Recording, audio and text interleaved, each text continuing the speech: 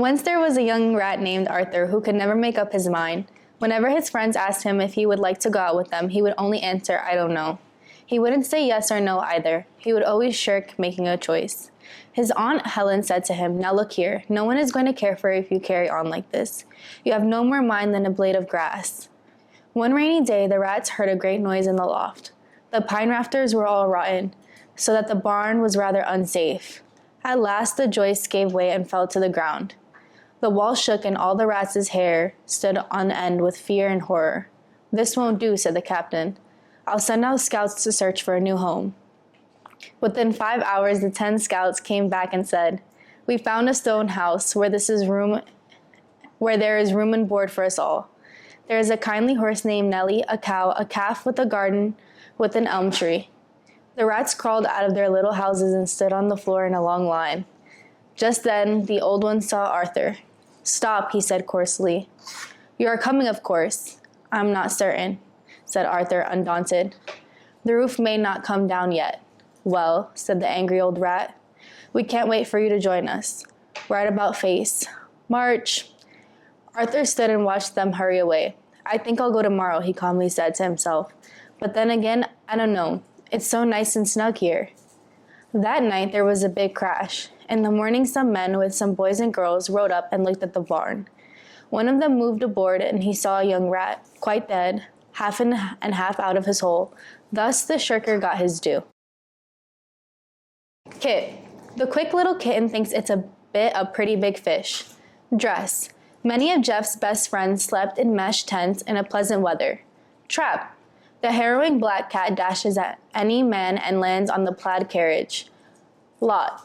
The honest swan stops and acknowledges the fox dodging the bothered wasp. Strut. Mother loves butter that comes from the southern countryside. Foot. The butcher should put the pudding. Foot. The butcher should put the pudding in the wooden nook to cook. Bath. Can't half the staff asked to transfer to the enchanted castle in France. Cloth.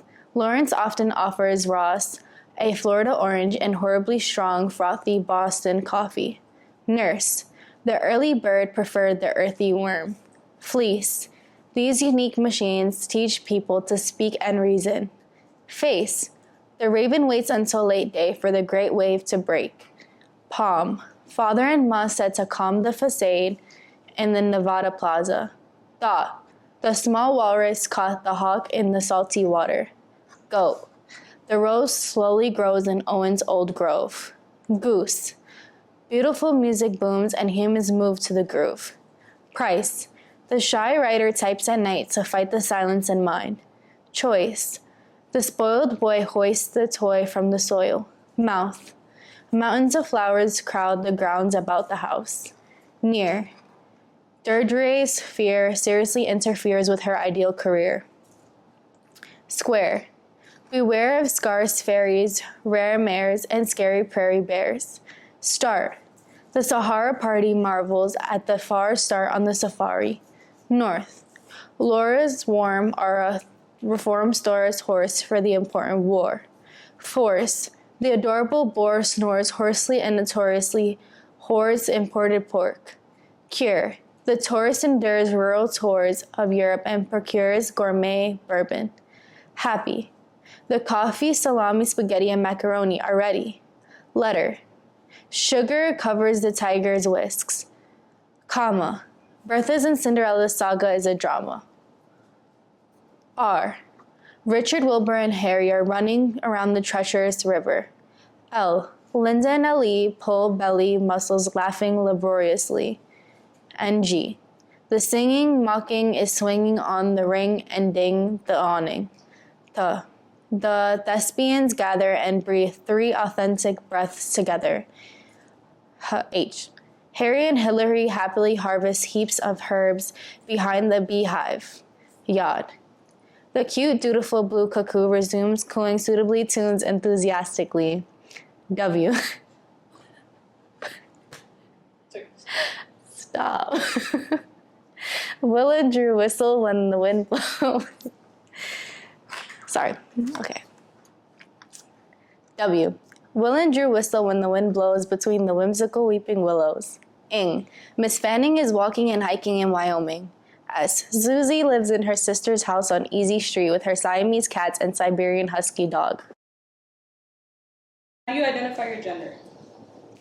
Female. How do you identify your race and ethnicity? Hispanic. How old are you currently? 19. What year were you born? 2003. Where were you born? New York City. Where have you lived and how long have you lived there? I've only lived in New York. What languages do you speak and when did you learn these languages? English and Spanish as a young child, and English when I got to pre-K and kindergarten. What's the extent of your education? Sophomore in college. What are influences on your accent? Friends, family, school. What do you think of your voice and accent? I think it's fine. It's no. Do you sound like your family? Yes. Okay, and then I'm going to ask you a question and you just need to. Okay. Can you tell me about a family tradition, person who has inspired you and why? Like within your family. A person in my family that's inspired me? Yeah.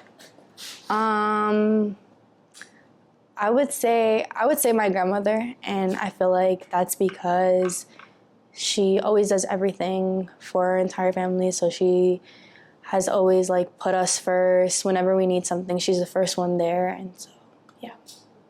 And then I'm going to ask you a question in English. Could you respond in Spanish and then translate? What is your favorite holiday and why?